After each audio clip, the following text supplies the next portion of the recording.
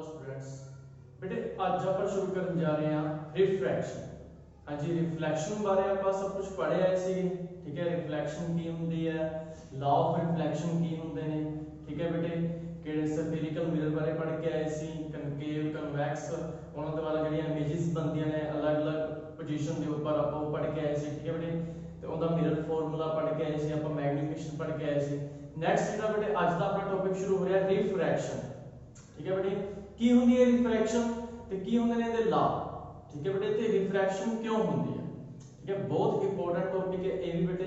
Reflection भी पूछा जा सकता है, उनके लॉ भी पूछे जा सकते हैं ते तुहाडे कोलों व्हाट इज रिफ्रैक्शन ते उनके लॉ भी पूछे जा सकते हैं ठीक है बेटे। आज आप पढ़ांगे रिफ्रैक्शन। हाँ जी बेटे बहुत सिंपल है टॉपिक है, ध्यान नाल समझना। रिफ्रैक्शन की होंदा refraction? Refraction is the phenomena of bending of light as it passes from one medium to another। मतलब एक ਇਹੋ ਜਿਹਾ फिनोमेना है जिदे च लाइट की हो जाती है, बेंड हो जाती है, लाइट आदि पाथ चेंज कर देती है ठीक है। लाइट आदि की कर देती है, पाथ चेंज कर देती है कदों बेटे? when it passes from one medium to another medium। ਜਦੋਂ ਇੱਕ मीडियम ਤੋਂ ਦੂਸਰੇ मीडियम ਵਿੱਚ ਐਂਟਰ ਕਰਦੀ ਹੈ ਤੇ ਪਾਥ ਥੋੜਾ ਚੇਂਜ ਹੋ ਜਾਂਦਾ ਹੈ, ਲਾਈਟ ਥੋੜੀ ਕੀ ਹੁੰਦੀ ਹੈ ਬੈਂਡ ਹੋ ਜਾਂਦੀ ਹੈ ਠੀਕ ਹੈ बेटे। ਜਿਵੇਂ ਕਿ ਆਪਾਂ ਕਰ ਲੈਂਦੇ ਆ भी आ वाला ਆਪਾਂ मीडियम ले लिया एयर, एयर अपन पता है रेयर मीडियम होता है। ए ਆਪਾਂ ਕੀ ਲੈ ਲਿਆ ग्लास, डेंसर मीडियम होता है। ए आगे इंसिडेंट रे, हां जी इंसिडेंट रे ने ਜਦੋਂ ਐਂਟਰ ਕੀਤਾ ਆਪਾਂ ਨੂੰ ਪਤਾ ਹੈ इंसिडेंट रे ਜਦੋਂ ਐਂਟਰ करके थोड़ा सीधा जाना चाहिए ਸੀ, बट ਉਹ थोड़ी बेंड हो ਜਾਂਦੀ है। ਕੀ ਹੋ ਜਾਂਦੀ ਹੈ? थोड़ी बेंड। ए ਆਪਾਂ ਕੀ ਲੈ ਲਿਆ पॉइंट ऑफ नॉर्मल, ਕੀ ਲੈ ਲਿਆ ਆਪਾਂ पॉइंट ऑफ नॉर्मल। हां जी बेटे जाना ਇਹਨੇ सीधा ਸੀਗਾ पर ਇਹ थोड़ी ਕੀ हो गई बेंड हो गई ठीक है। ऐसे ही चीज ਨੂੰ ਆਪਾਂ ਕੀ ਕਹਿ ਦਿੰਦੇ ਆ ਰਿਫਰੈਕਸ਼ਨ ठीक है। ਜਦੋਂ ਲਾਈਟ ਇੱਕ ਮੀਡੀਅਮ ਤੋਂ ਦੂਜੇ ਮੀਡੀਅਮ ਵਿੱਚ ਐਂਟਰ ਕਰਦੀ ਹੈ ਉਹ ਥੋੜੀ ਬੈਂਡ ਹੋ ਜਾਂਦੀ ਹੈ ਤੇ ਪਾਥ ਤੋਂ ਚੇਂਜ ਹੋ ਜਾਂਦੀ ਹੈ ਠੀਕ ਹੈ ਬੇਟੇ। ਉਹਨੂੰ ਆਪਾਂ ਕੀ ਕਹਿ ਦਿੰਦੇ ਆ ਰਿਫਰੈਕਸ਼ਨ। ਉਹਨੂੰ ਕੀ ਕਹਿ ਦਿੰਦੇ ਆ ਆਪਾਂ ਰਿਫਰੈਕਸ਼ਨ। ਉਸੇ ਤਰ੍ਹਾਂ ਹੀ ਬੇਟੇ ਜਦੋਂ ਇਹ ਗਲਾਸ ਵਿੱਚੋਂ ਬਾਹਰ ਨਿਕਲੇਗੀ ठीक है, ग्लास ਵਿੱਚੋਂ ਬਾਹਰ ਨਿਕਲੇਗੀ ਜਾਣਾ ਇਹਨੇ ਸਿੱਧਾ ਸੀ ਪਰ ਗਈ ਕਿਧਰ थोड़ा और बेंड होगी ठीक है, अवे फ्रॉम नॉर्मल। नॉर्मल तो किधर होगी? अवे होगी। ਹੁਣ ਇੱਥੇ ਬੇਟੇ ਇੱਕ ਚੀਜ਼ ਧਿਆਨ ਦੇਣੀ ਹੈ, ਜਦੋਂ ਤੇ 에ਅਰ ਤੋਂ ਡੈਂਸਰ ਮੀਡੀਅਮ ਵਿੱਚ ਐਂਟਰ ਕੀਤੀ ਇਨਸੀਡੈਂਟ ਰੇ ਬੈਂਡ ਕਿੱਧਰ ਨੂੰ ਹੋਈ? Toward normal. ਨੋਰਮਲ ਦੀ ਤਰਫ ਬੈਂਡ ਹੋਈ। ਜਦੋਂ ਡੈਂਸਰ ਤੋਂ ਵਾਪਸ ਫਿਰ 에ਅਰ ਚ ਗਈ, 에ਅਰ ਵਿੱਚ ਗਈ ਵਾਪਸ ਤੇ ਇਹ ਕਿੱਧਰ ਨੂੰ ਬੈਂਡ ਹੋਈ? ਅਵੇ ਫਰੋਮ ਨੋਰਮਲ ਠੀਕ ਹੈ, ਅਵੇ ਫਰੋਮ ਨੋਰਮਲ। ਇਹ ਵੀ ਕੁਐਸਚਨ ਪੁੱਛਿਆ ਜਾ ਸਕਦਾ ਤੁਹਾਡੇ ਤੋਂ। ਹਾਂਜੀ ਸਭ ਤੋਂ ਪਹਿਲਾਂ ਤਾਂ ਰਿਫਰੈਕਸ਼ਨ ਪਤਾ ਲੱਗ ਗਿਆ ਹੋਣਾ ਸਭ ਨੂੰ ਵੀ ਲਾਈਟ ਦਾ ਬੈਂਡ ਹੋਣਾ ਜਦੋਂ ਇੱਕ ਮੀਡੀਅਮ ਤੋਂ ਦੂਜੇ ਮੀਡੀਅਮ ਵਿੱਚ ਐਂਟਰ ਕਰੇਗੀ ਠੀਕ ਹੈ ਬੇਟੇ। ਇਹਨੂੰ ਆਪਾਂ ਕੀ ਕਹਿੰਦੇ ਨੇ ਆ ਰਿਫਰੈਕਸ਼ਨ।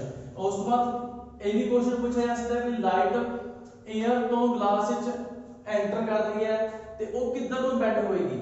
ਅਵੇ ਫਰੋਮ ਨੋਰਮਲ ਜਾਂ ਟੂਵਰਡ ਫਰੋਮ ਨੋਰਮਲ। ਹਾਂਜੀ ਯਾਦ ਰੱਖਣਾ ਜਦੋਂ ਰੇਅਰ ਮੀਡੀਅਮ ਤੋਂ ਡੈਂਸਰ ਮੀਡੀਅਮ ਵਿੱਚ ਐਂਟਰ ਕਰੇਗੀ ਉਦੋਂ ਟੂਵਰਡ ਫਰੋਮ ਨੋਰਮਲ ਹੋਏਗੀ, ਨੋਰਮਲ ਦੀ ਤਰਫ ਬੈਂਡ ਹੋਏਗੀ। ਤੇ ਜਦੋਂ ਡੈਂਸਰ ਤੋਂ ਵਾਪਸ ਫਿਰ ਰੇਅਰ ਮੀਡੀਅਮ ਵਿੱਚ ਆਏਗੀ ਉਦੋਂ ਅਵੇ ਫਰੋਮ ਨੋਰਮਲ ਹੋਏਗੀ। ਉਦੋਂ ਕੀ ਹੋਏਗੀ? ਅਵੇ ਫਰੋਮ ਨੋਰਮਲ ਠੀਕ ਹੈ ਬੇਟੇ। ਹਾਂਜੀ ਆਪਾਂ ਇਹ ਵੀ ਪੜਾਂਗੇ ਵੀ ਕਿਉਂ ਹੁੰਦਾ ਹੈ, ਵੀ ਜਿਹੜੀ ਬੈਂਡ ਕਿਉਂ ਹੁੰਦੀ ਹੈ ਲਾਈਟ। ਤੁਸੀਂ ਦੇਖਿਆ ਹੋਵੇਗਾ ਜਿਵੇਂ ਬੇਟੇ ਆਪਾਂ ਇੱਕ ਕੱਚ ਦਾ ਗਲਾਸ ਲੈ ਲਈਏ ਠੀਕ ਹੈ, ਉਹਦੇ ਵਿੱਚ ਪਾਣੀ ਭਰ ਦਿਓ, ਪਾਣੀ ਦੇ ਵਿੱਚੋਂ ਪੈਨਸਿਲ ਰੱਖ ਦਿਓ ਤੇ ਆਪਾਂ ਨੂੰ ਦੂਰੋਂ ਦੇਖਣ ਤੋਂ ਇਧਰਲੀ ਸਾਈਡ ਦੇਖਣ ਤੋਂ ਪੈਨਸਿਲ ਦਾ ਹਾਫ ਹਿੱਸਾ ਇੱਧਰ ਹਾਫ ਹਿੱਸਾ ਇੱਧਰ ਦਿਖਾਈ ਦਿੰਦਾ ਹੈ। ਹਾਲਾਂਕਿ ਜਿਹੜੀ ਪੈਨਸਿਲ ਤਾਂ ਬਿਲਕੁਲ ਸਿੱਧੀ ਹੁੰਦੀ ਹੈ ਬਟ ਆਪਾਂ ਨੂੰ ਹਾਫ ਆਫ ਐਸਾ ਲੱਗਦਾ ਜਿਵੇਂ ਟੁੱਟੀ ਹੋਈ ਹੋ ਪੈਨਸਿਲ ठीक है। एक किंदी वजह नाल होता है? रिफ्रैक्शन की वजह नाल। क्यों? क्योंकि आपको कोई भी चीज दिखाई देती है और लाइट की वजह दिखाई देती है तो लाइट अपना पाथ चेंज कर लेती है उसे ठीक है, बेंड हो जाती है। इस वजह नाल आपको ਜਿਹੜੀ पेंसिल थोड़ी टूटी हुई इस साइड पे दिखाई देती है, वही सेम चीज है यहाँ पे ठीक है। नेक्स्ट बेटे कहते हैं law of refraction. The incident ray, the refracted ray and the normal ठीक है बेटे at the point of incidence all lie in the same plane. सारे एक ही प्लेन पे लाई करते हैं। इंसिडेंट रे आ रिफ्लेक्टेड हो गया, नॉर्मल सारे किथे लाई कर रहे हैं? इंसिडेंट पॉइंट पे, एक ही पॉइंट पे लाई कर रहे हैं ठीक है बेटे। Second the ratio of sine incident to sine reflection is always constant. मतलब साइन आई ते साइन आर ਦਾ ਜਿਹੜਾ ਰੇਸ਼ੋ ਹੋਏਗਾ ਹਮੇਸ਼ਾ ਕੀ ਹੋਏਗਾ बेटे? कांस्टेंट होएगा। हां जी ਇਹਦੇ ਲਾ ਦੇ ਦੋ ठीक है, बहुत इंपॉर्टेंट टॉपिक है बेटे ये भी। हां जी फिर अपने कोई क्वेश्चन ਹੁੰਦਾ है why does the ray of light bend. ਜਿਹੜੀ ਇਹ ਲਾਈਟ ਸੀ ਬੈਂਡ ਕਿਉਂ ਹੋਈ? ਜਿਹੜੀ ਇਹ ਲਾਈਟ ਸੀ ਬੈਂਡ ਕਿਉਂ ਹੋਈ? ਕਿਉਂ ਹੋਈ? the bending of light taking place because the velocity of light is different in different mediums। ਇਹ ਬੇਟੇ ਜਿਹੜੀ ਲਾਈਟ ਹੈ ये क्यों बेंड होती है, क्योंकि ये डिपेंड करती है वेलोसिटी ऑफ लाइट ਤੇ ਜਿਹੜੀ वेलोसिटी ऑफ लाइट है हर एक मीडियम ਵਿੱਚ अलग-अलग ਹੁੰਦੀ ਹੈ। ठीक है, डिफरेंट मीडियम ਦੇ ਵਿੱਚ ਕੀ ਹੁੰਦੀ ਹੈ ਬੇਟੇ, डिफरेंट ਹੁੰਦੀ ਹੈ, ਉਹਦੀ ਵਜ੍ਹਾ ਨਾਲ ਹੀ ਇਹ ਲਾਈਟ ਕੀ ਹੋ ਜਾਂਦੀ ਹੈ, ਬੈਂਡ ਹੁੰਦੀ ਹੈ। ਹਾਂਜੀ, 에ਅਰ ਦੇ ਵਿੱਚ ਸਪੀਡ ਆਫ ਲਾਈਟ ਜ਼ਿਆਦਾ ਹੁੰਦੀ ਹੈ ਐਸ ਕੰਪੇਅਰ ਟੂ ਗਲਾਸ। ਠੀਕ ਹੈ, ਇੱਧਰ ਜਦੋਂ ਹੀ 에ਅਰ ਤੋਂ ਗਲਾਸ ਚ ਐਂਟਰ ਕਰਦੇ ਤੇ ਸਪੀਡ ਸਲੋ ਹੋ ਜਾਂਦੀ ਹੈ। ਸਪੀਡ ਸਲੋ ਹੋਣ ਦੀ ਵਜ੍ਹਾ ਨਾਲ ਇਹ ਟੂਵਰਡ ਨਾਰਮਲ ਬੈਂਡ ਹੁੰਦੀ ਹੈ। ਕਿੱਧਰ ਨੂੰ ਬੈਂਡ ਹੁੰਦੀ ਹੈ, ਟੂਵਰਡ ਨਾਰਮਲ। ਬਟ ਜਦੋਂ ਫਿਰ ਵਾਪਸ ਗਲਾਸ ਤੋਂ 에ਅਰ ਜਾਂਦੀ ਹੈ ਤਾਂ ਸਪੀਡ ਦੀ ਫਿਰ ਕੀ ਹੁੰਦੀ ਹੈ, ਤੇਜ਼। स्पीड तेज होने की वजह की होती है away from the normal, away from the normal. हां जी, दोनों क्वेश्चन क्लियर हो गए भी बेंड क्यों होती है। ठीक है, भी एक मीडियम से दूसरे मीडियम से एंटर करिए तो क्यों बेंड होती है ते किधर नु बेंड होएगी, टुवर्ड फ्रॉम नॉर्मल या अवे फ्रॉम नॉर्मल। ठीक है बेटे, समझ लग गई। ये डिपेंड करता है स्पीड ऑफ लाइट ते लाइट की स्पीड है हर एक मीडियम दे विच अलग होती है। ठीक है बेटे, ये आपके कोल क्वेश्चन हो गया। नेक्स्ट आता है बेटे रिफ्रैक्टिव इंडेक्स। इनके तो रिलेटेड न्यूमेरिकल पूछा जा सकता है। ठीक है, हाँ जी, रिफ्रैक्टिव इंडेक्स की होता है अपने कोले जो भी किसी भी मीडियम का आपका रिफ्रैक्टिव इंडेक्स करना है। ठीक है, आपका रिफ्रैक्टिव इंडेक्स की होता है बेटे किसी भी मीडियम में स्पीड ऑफ लाइट का पता लगाना भी कितने परसेंट कितने गुना ज्यादा है, ठीक है, कितने गुना घट है। ठीक है, the refractive index of medium 2 with respect to medium 1। समझ लो बेटे आ अपने कोले मीडियम 1,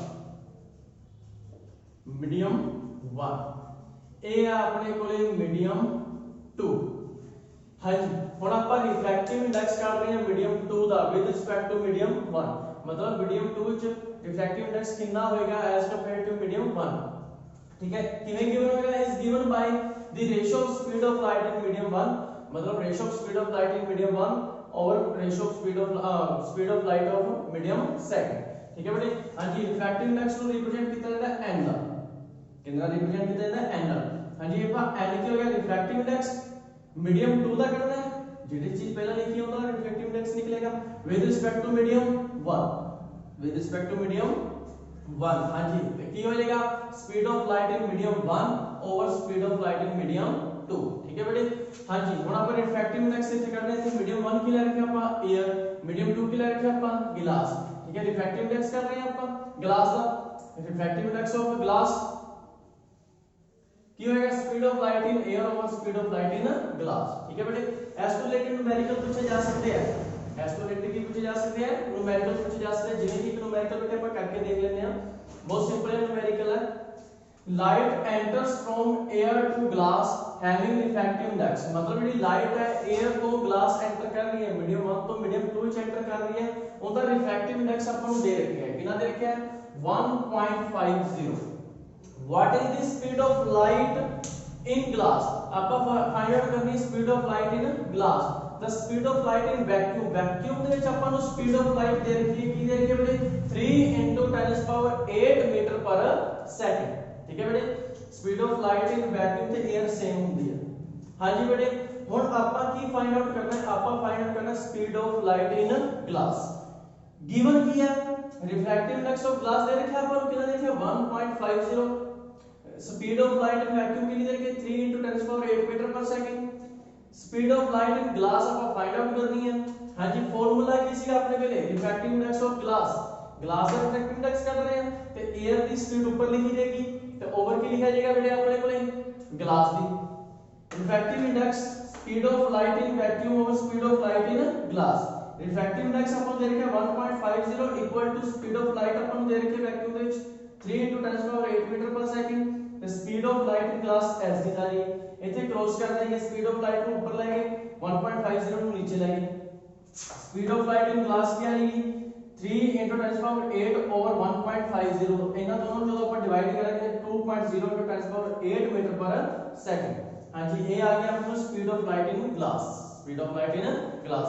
हां जी बेटा, ध्यान देना कई बार ਆਪਾਂ ਨੂੰ speed of light in vacuum नहीं ਦਿੱਤਾ ਹੁੰਦਾ, एयर नहीं ਦਿੱਤਾ ਹੁੰਦਾ ਤੇ याद रखना है हमेशा कांस्टेंट वैल्यू है 3 × 10⁸ मीटर पर सेकंड। ठीक है बेटे, ये याद रखनी है ਆਪਾਂ, ये कांस्टेंट वैल्यू है अपनी। उस तो बाद रिफ्रैक्टिव इंडेक्स में तीन चीजें total, refractive index, speed of light in vacuum, speed of light in glass या किसी भी मीडियम ਦੇ ਵਿੱਚ।